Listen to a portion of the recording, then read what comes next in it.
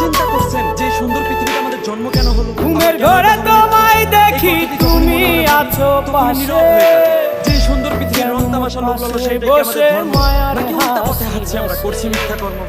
বাতাসে সুরে সুরে ভেসে যাব আদরে চুপটি করে ঘুমায় যাব তোমার কোলে।